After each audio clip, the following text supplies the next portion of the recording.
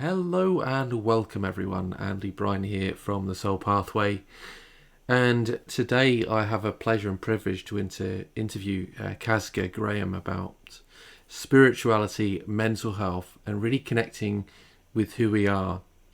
We're living in unprecedented times now, as we all know, and mental health is the key. But I think what would be great to start off with is how mental health really ties into spirituality so that we can support ourselves on our spiritual journey as well as our human journey and in this human experience that we're connecting with each and every day.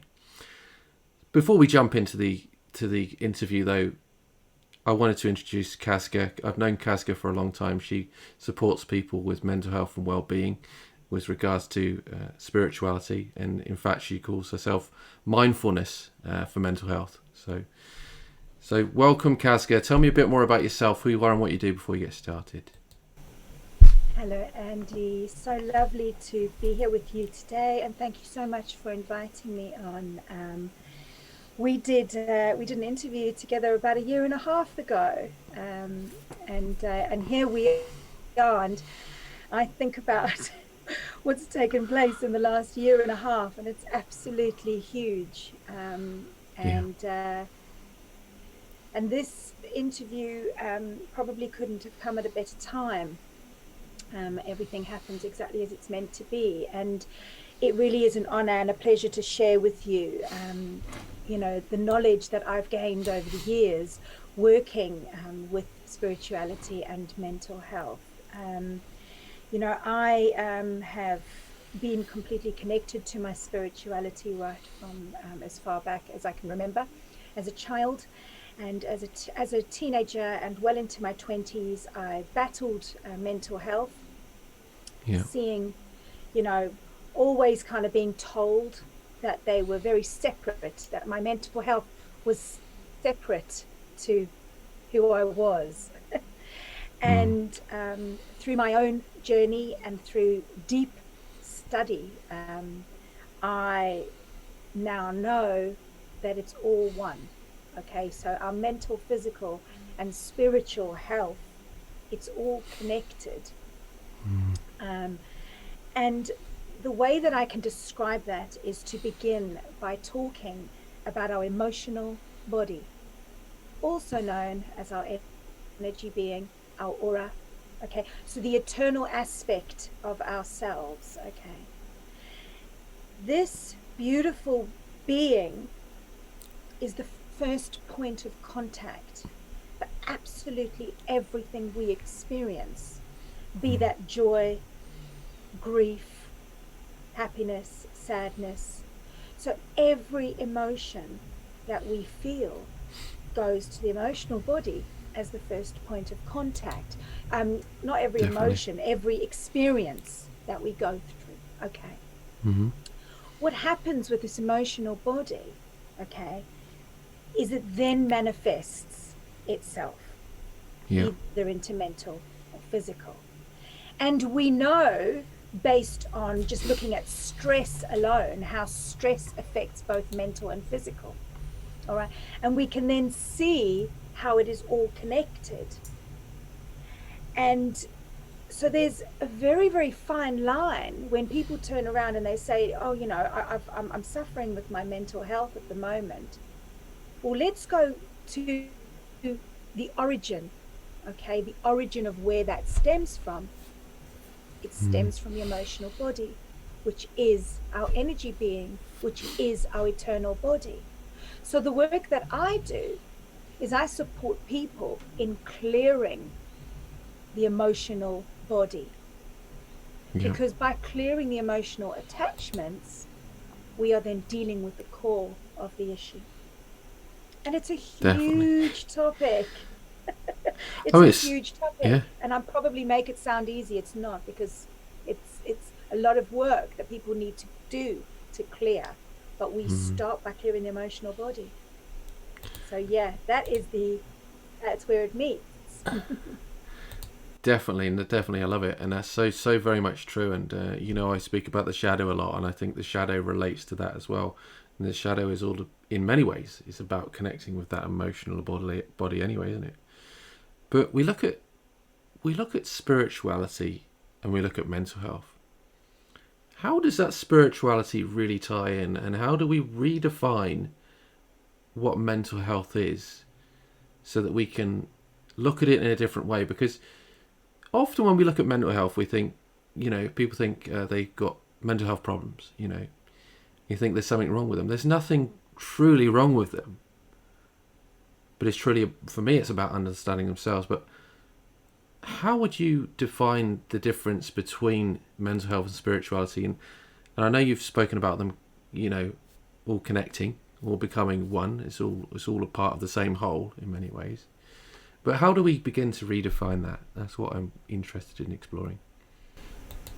When in the beginning of this interview, when I said I was dealing with my own mental health as a young woman, it was because it was classified as something separate to me. Yeah. It was seen as something separate.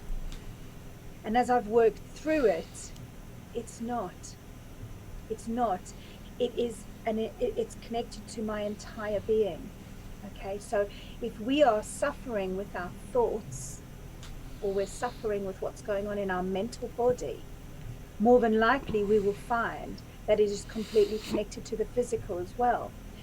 And I know this because I do a really beautiful meditation, which is a mindfulness-based technique, which is getting people to sit with an emotion, all right, that they've suppressed, and that when it surfaces, it makes them feel mentally unwell.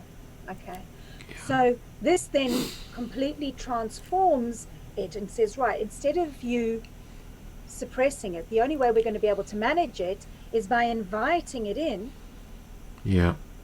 understanding it, and sitting with it. So it's befriending the emotion, because how do we manage anything that we don't understand? Definitely. Okay? So people are so used to feeling these negative feelings that make them physically and mentally feel really unwell. So they keep pushing them away. I don't like you because you don't make me feel good. You're not able to understand it. And when we actually really want to manage something, we need to understand it. I'll just briefly, I use this example in my workshops where you look at two businesses. The manager that doesn't understand his staff, their weaknesses, their strengths and all that, has a really unsuccessful business. And the one that does has a flying business, because he's taken the time to understand and he's able to manage his team accordingly to performance. Our emotions are exactly the same, but we are not taught how to manage emotions that don't make us feel good at school. That is slowly starting to change, which is beautiful. But for most of us, our generation, absolutely not. Okay. But the beautiful thing is, when you invite that emotion in and you sit with it, the next step is, where do you feel it on your body? Yeah. And people will be my chest, my head, my neck, my back. And that is a clear indication of how it's all one. Definitely. Completely agree. There is no separation between body, mind, and soul. There is no separation. We are one being, okay? We are one being. And whatever goes on within the spiritual aspect of us is directly linked to what we feel in our mental or physical body. But it all begins in the emotional body. And that's where we need to do the work. And that is why so many people will, they will say that they're getting treatment for their mental health, but they're making really slow progress. And don't get me wrong, the work that they're doing is incredible, because any work that we do on ourselves is amazing. Yeah. But if we just go back to basics and go, hey ho, let's go to the cause of the issue. We don't have to relive the trauma. We don't have to talk about the trauma and create more emotional attachments. Yeah. We need to understand it. We need to sit with it. We need to understand the feeling, and then we need to learn to release it. And that is how we clear our emotional attachments. I make it sound easy. It's not easy, because you have to sit with it. But the beautiful thing is, when you're doing mindfulness, when you invite an emotion in, and you invite it to come forward, you have to remain present. So when the head starts kicking in and the memories and all of that start flashing in, what you need to start practicing is bring yourself back to your breath, so that you're not being affected by the trauma of the memories, because the mind it has the ability to create more trauma. And the beautiful thing is that you remember to bring in the present moment, which is the breath. So the thoughts, honor them, accept them, let them go. Honor, accept them, let them go. But we're still sitting with this feeling, because it all starts with a feeling. It's a beautiful process, Andy. It's a beautiful process. And this is how we can see clearly that there is no separation. Mm-hmm. There is no separation between the three. Very, very Definitely. powerful.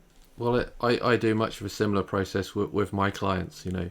It's all about embracing and honouring the shadow. And for me, it's about being courageous about the emotions that we're experiencing, because we speak about suppressing and repressing the shadow, like you said, suppressing those emotions. And when we suppress them and repress them, they only just make them worse, intensify those emotions. And when we intensify them, it's like those waves of emotions that come in, like the wave builds up, but as you work through them, the wave comes up and it settles. When you don't work through them, the wave builds up and up and up, and then you get that crash, you know. And that's what we need to be quite careful with when we're working through deep sensitive emotions, you know. And I feel sorry for people that are going through these things. I do. I've experienced a lot of these deep shadow stuff myself, which is good. But when we honor them, we can be sensitive, really sensitive with these emotions, and we can start to clear them. But through the process of mindfulness, it's just beautiful, isn't it? You know, allowing ourselves to acknowledge all that is, rather than those aspects, you know, that aren't. When we, you know, when my clients start to do the shadow work, this is when I'm at my happiest.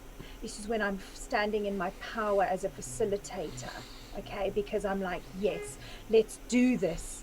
Let's do this work, because that acceptance of actually seeing themselves, warts and all, as a beautiful being, is so, so, so powerful. It's like that acceptance, like, oh, okay, it's all right to be like this. It's okay.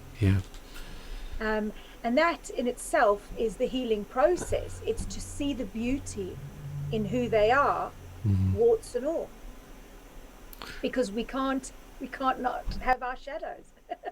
I find that absolutely beautiful as well, you know, and people around them start to see them for who they are as well.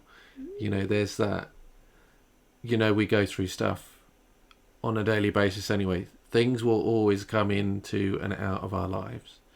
If only we could not have them happen, you know, not have bad things happen at times. We know that shit happens, excuse my language, but you know, that's the way things go, you know. But when we learn to manage our emotions and connect with them and see ourselves truly for who we are, that's beautiful. And I love seeing other people, you know, truly express who they are and you know, step into their power and light, because that does really allow them to shine, doesn't it? You know, It really does. And he who heals himself heals everybody around him.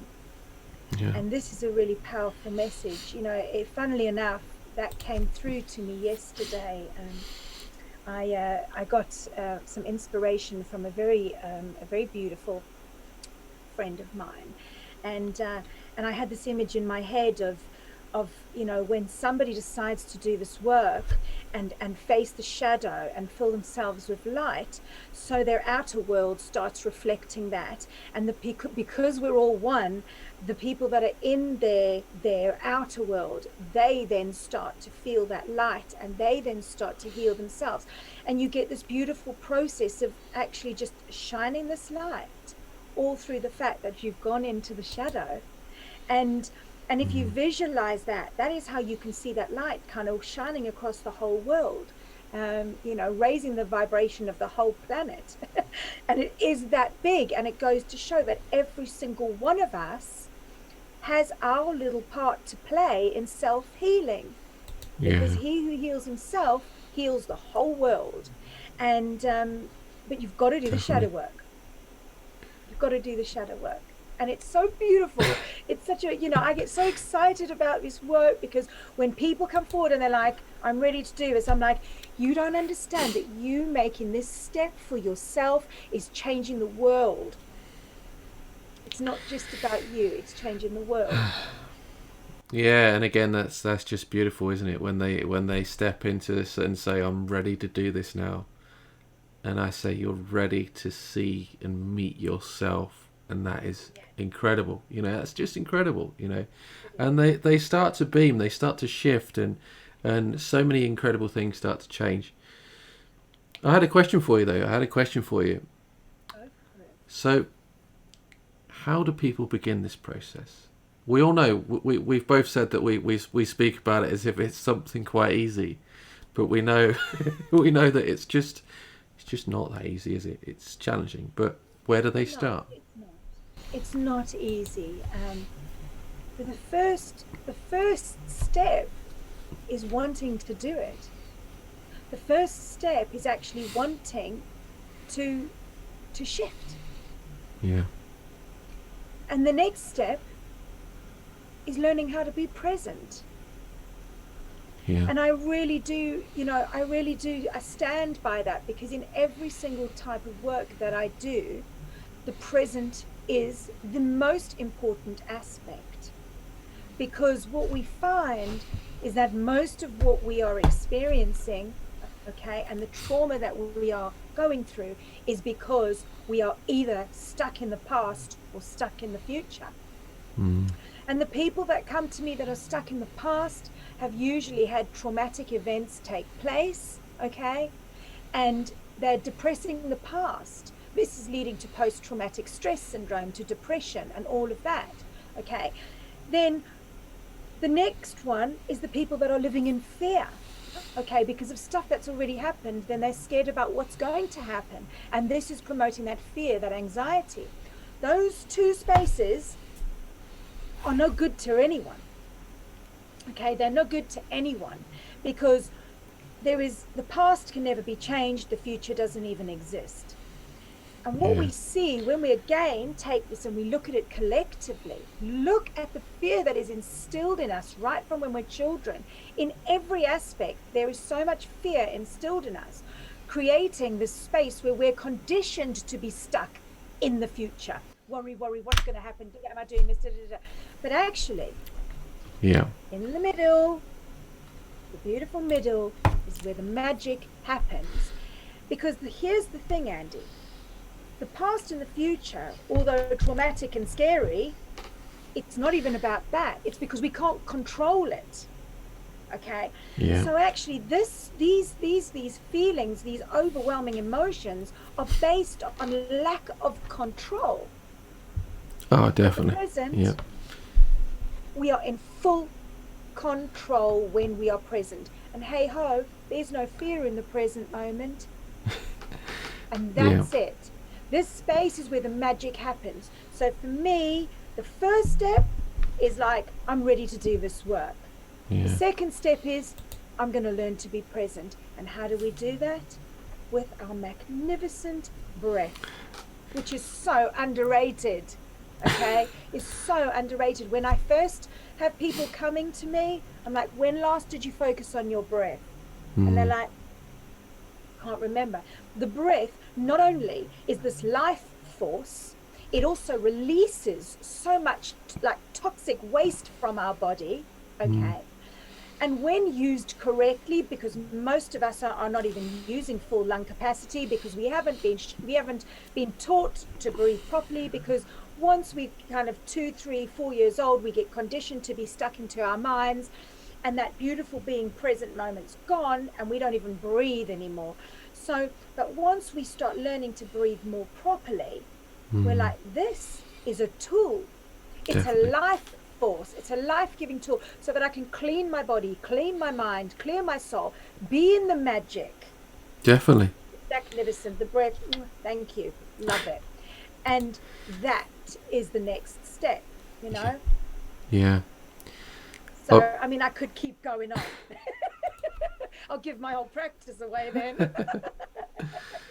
well, when you were speaking about like being present, I just had a quick search on my phone for something because there's always a great quote that I remember, and I can't remember, can never remember it for word. So we'll have a quick search while I was there. But it was a great quote from Master Ogway from what was the film, Kung Fu Panda, and it was yesterday's Oh, history, yeah, okay. tomorrow is a mystery, today is a gift, and that's why we call it the present. And I just love it, absolutely love it. That's stunning. Beautiful, beautiful, beautiful, beautiful. Love it. Yeah, And that's a children's cartoon as well. Love it. children's cartoons are often the best. That's what this is what we need to be sharing with our children. And, it, children just need to be taught that to breathe properly. That should be one of the main things. And they should be breathing. There should be set time in schools every single day where children are just breathing. That's it, breathing, because the breath is a lifesaver. It's an absolute lifesaver, literally. Okay, but so much more than just taking it into the body. Because if we go back and we say, okay, people aren't using their full lung capacity, and you think about when somebody is in trauma, okay, and now we're bringing it back to body, mind, and soul all being one. Okay, Yeah. so when somebody is in trauma and they're starting to go into that space of crisis, so the mind starts working overtime. The physical body then starts going into panic. The breath starts to become quicker. It's not deep enough. So then your oxygen's not getting around. It's not getting to what it needs to do. Heart rate's going faster, but you can't pump that blood around quick enough because there's not enough oxygen. Boom, hey-ho, panic attack. Yeah. And that's the thing. When people go into crisis like that, it is, and anybody that's ever had a panic attack will say to you, this was a full body experience. I felt it on every single level. This is why people think they're dying when they're having a panic attack, because everything just starts closing in. Because the full being is in trauma, is in absolute crisis. But here's the thing. If people really knew the power of the breath, and how to use it and utilize it in all its glory, they'd never get to that place. It's interesting as well when you So it's do very, breath work. When you do it, you do become present, so very present. Whenever I do my meditations, always within my meditations, I ask people to have a deep breath in through the nose, out through their mouth. Allow them to just truly become present in those moments. Relax, be at peace, be at one with themselves. And everything sort of comes together in that oneness anyway. When they slow themselves down, they just allow themselves to really connect. One thing that I had a thought, within all of this was forgiveness. We start off by taking that step, don't we? And for me, forgiveness is a great place in order to work through and heal through traumas and things like that. Because often some people, may cause us to go through difficult experiences. Let's just put it like that. And often it's not their fault, and it's not our fault, especially when it's childhood. But we need to realise that we have to release ourselves from it.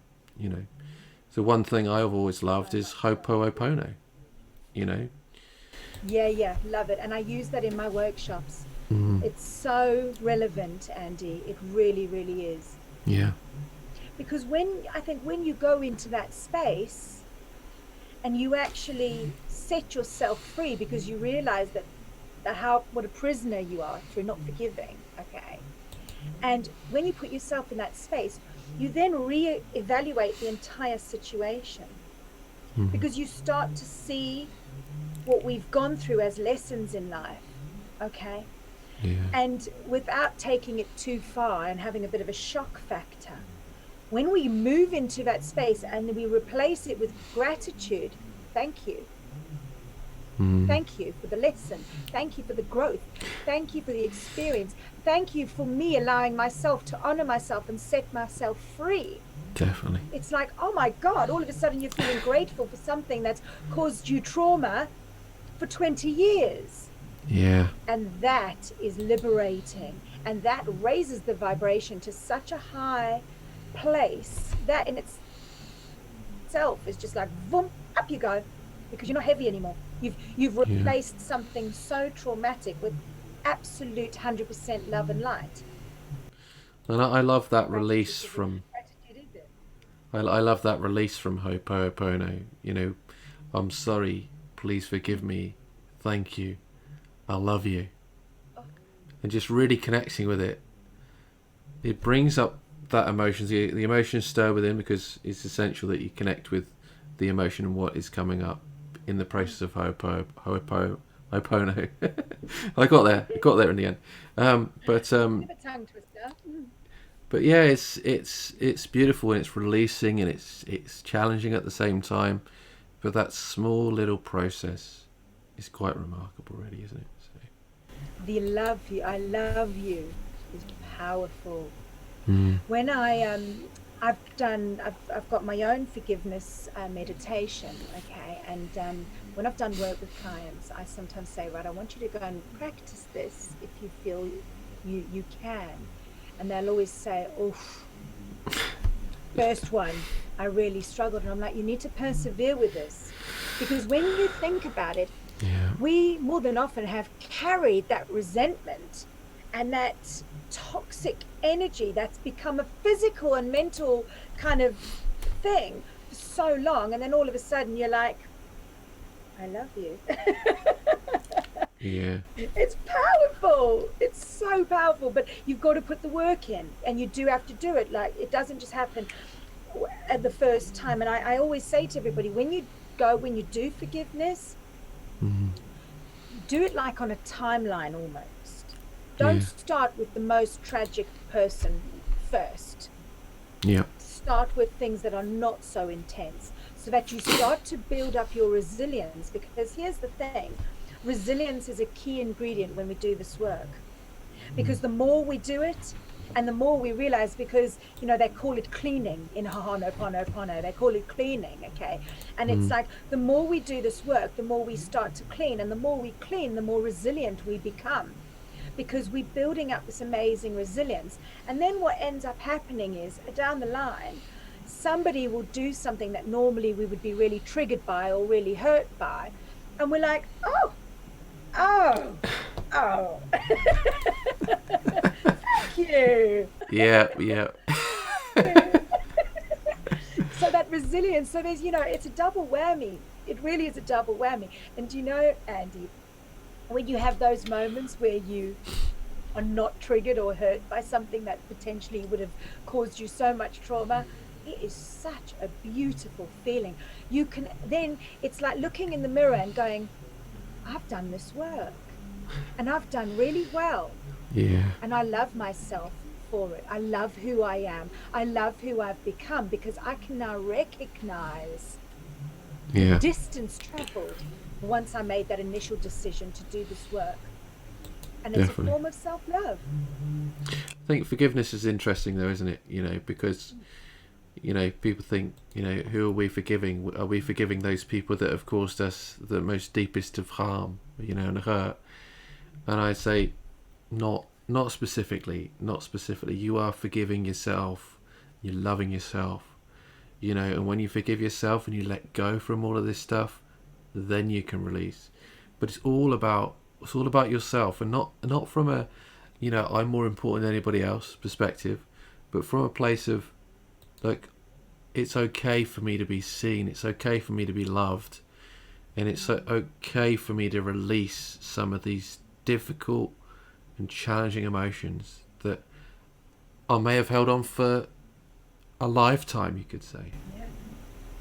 And more than often, as we know, they're not just from this lifetime. The challenges that we face are very karmic, you know, and I know that's a whole different interview, but when we're talking about body, mind and soul, the soul is eternal. It's our eternal being. And this being has been through so much. And there are lessons that we are still learning. So we are bringing stuff with us that still needs clearing. It still needs trauma. But the beautiful thing is, when we decide to do it in this life, and we decide to do the work in this life, we clear it backwards and we clear it forwards, and we clear our genetic lineage. Yeah. When a person decides to do that work, I mean, more than often, if I'm working with a client, okay, and say there's been issues on the father's side, all right, I always go back. I do a body kind of, I use an energetic body technique to see how many generations removed we're going. And let me tell you, it's never one. It's always like 5, 6, 7, 8 generations. And then I'm like, right, this is how far back we need to be going and clearing, okay? Because again, when we do this work, it is the most charitable thing you can ever do, okay? Because you are not just, as I said before, looking at the whole world, you're clearing the lineage, the genetic lineage of your family before, definitely. and what goes before and what comes after. So it's huge. It really, really is. It's huge. Absolutely. And you're right about the forgiveness. People say to me, but you're asking me just to forgive and then everything's going to be all right. And I'm like, no, absolutely not. I would never say you can then go and absolutely love and be happy like nothing's ever happened, because there needs to be accountability. Yeah. There needs to be boundaries, because I understand, all right, I have closure on this and I'm now able to move on. Because when we don't forgive, there's no closure. We're still tied to that emotional attachment that is causing us this mental and physical feeling of awfulness, okay, that isn't good. So when we choose to forgive, that is then released in such a big way. So it's huge. But the boundaries need to come in place, because you're not going to be the same person that you were then, because you've learned, you've grown, you've seen it from a completely different perspective, and it's like, right, I now have closure, I have closure. Because if there's still a lot of resentment there, then the forgiveness hasn't taken place properly. Yeah, definitely. You see, so there has to be closure. If we're still feeling resentment, there's still work to do.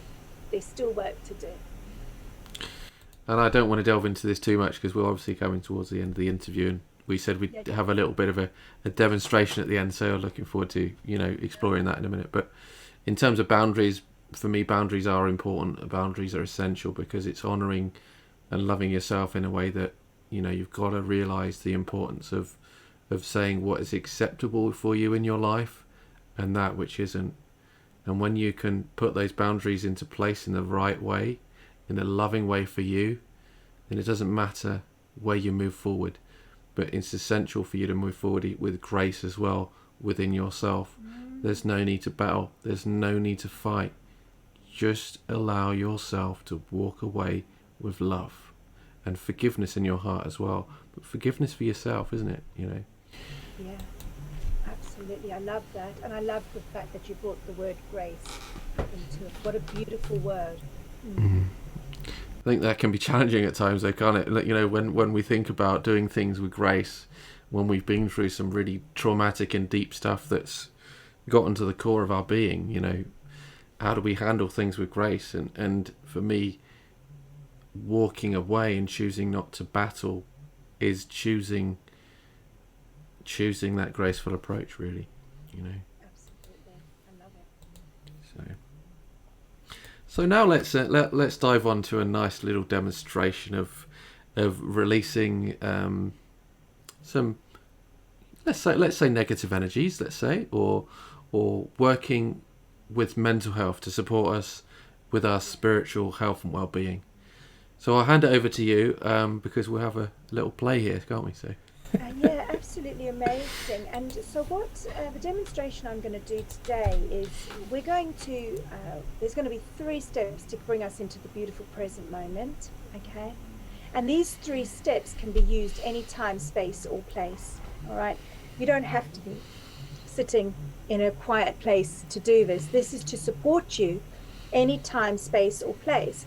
So if you are out and about and you feel like you've had a memory or something's triggered you and you start going into crisis, these 3 steps is something that you can use to support yourself, because it's life-saving. It's absolutely life-saving. But it's just remembering that we are supporting our whole being. And it's not just our mental health, it's our whole being. Okay, so Andy, I invite you to do this technique with me today. Okay, Excellent. and I'd like you now just to begin by taking a nice deep steady breath, breathing into the nose, pulling it down into your diaphragm and into your tummy. And as I say this, I'd like your stomach to expand outwards using full lung capacity. And out.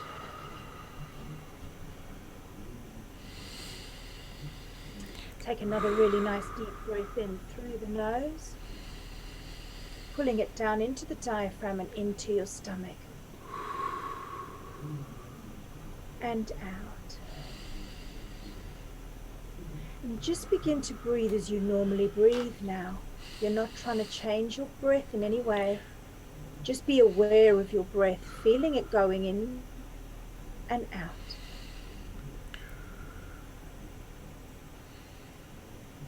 And if you find your mind starts to take over, bring it back to your breath. And what you're doing is using your breath as a tool to bring you into the present moment. Always coming back to the breath.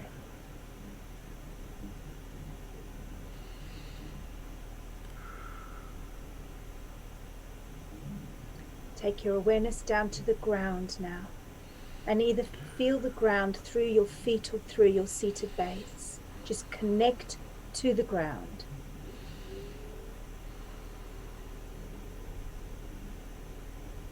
And again, if your mind starts wandering, bring it back to the ground. Breath and ground. Breath and ground. And we start to connect now to the physical body. So feel the muscles in your head and your face, neck and shoulders, arms and hands, chest, stomach,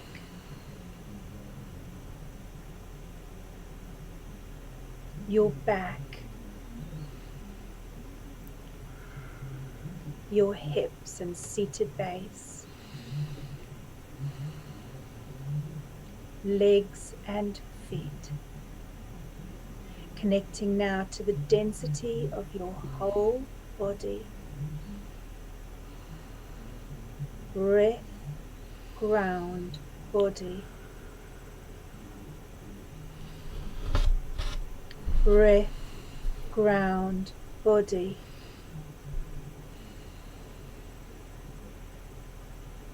Breath, ground, body.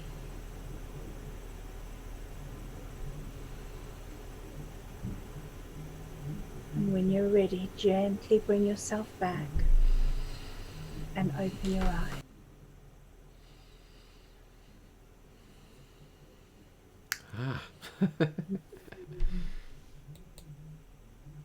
Feels good, doesn't it? It feels good. Yeah. It really does. The 3 key words: breath, ground, body. Mm. And you've got those anytime, space or place. They are your tools. Definitely. It's just learning to work with them accordingly. Definitely, and I love that. I love that mindfulness technique because it is all about, the mind, the heart, and the body, but that oneness that we spoke about right at the beginning.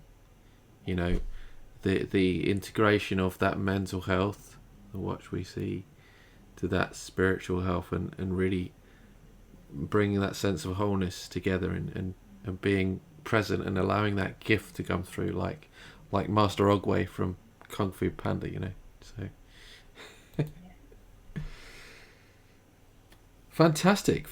Well, thank you for joining me today. Thank you for sharing, what it is that you do. It's been a pleasure, and I think we've covered so much in this interview. I know it's been short and sweet, but we've covered so much. Before we finish up, though, are there any last parting words you want to share with people that are listening into this today?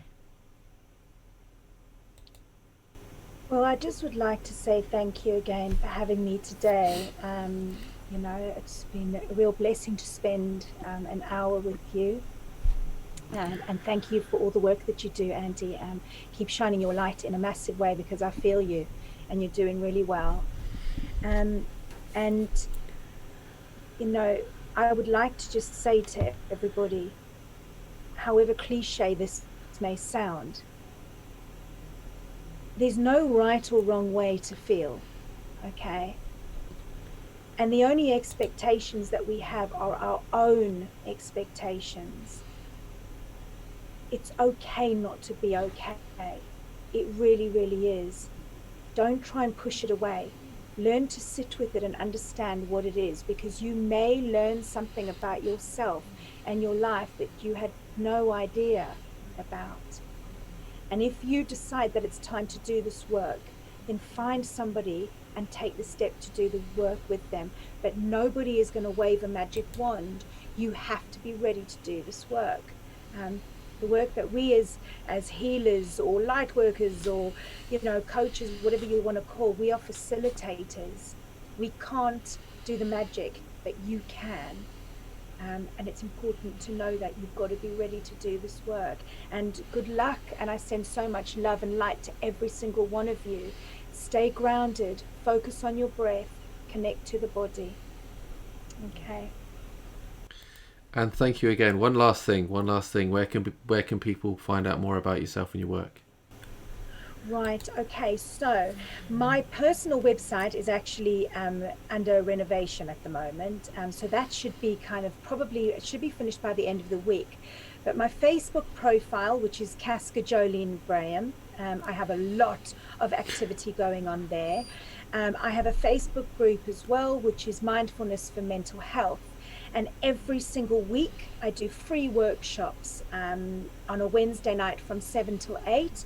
But then I share these across Facebook as well. The group is a private group because obviously, people might share some personal stuff on there. But then I then reshare the video around Facebook. I am also on another page called Vortex, all right, which is, but instead of an E, it's got an 8. And I think, should I give you some links, Andy? Is that a good idea? I say don't worry too much about the links, because I'll post them below this video anyway. So anybody that wants all the links, they'll be there. So. And then I have my online academy, which is the Tranquil Garden Academy, which is tranquilgardenacademy.com. And I also have the Tranquil Garden Academy Facebook page as well. And that's where all my workshops, the metaphysical and mindfulness workshops, take place. Okay. Well, thank you again. Thank you again for joining me. It's been a pleasure, and I wish you all the best with the incredible work that you do as well. I think it's amazing.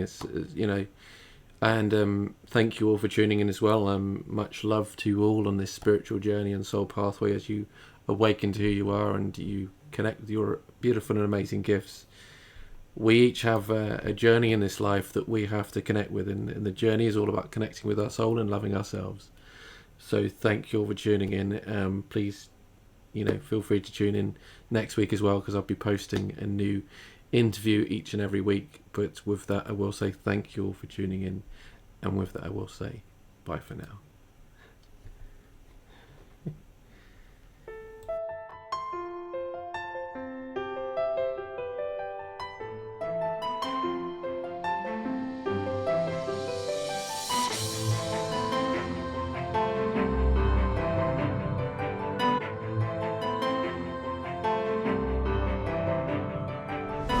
It's also about the masculine coming back into balance. I had reconciled my mind and my soul. A world opened up that words cannot describe. that you have to love yourself. You can only love another to the extent to which you love yourself. That simple yet profound truth.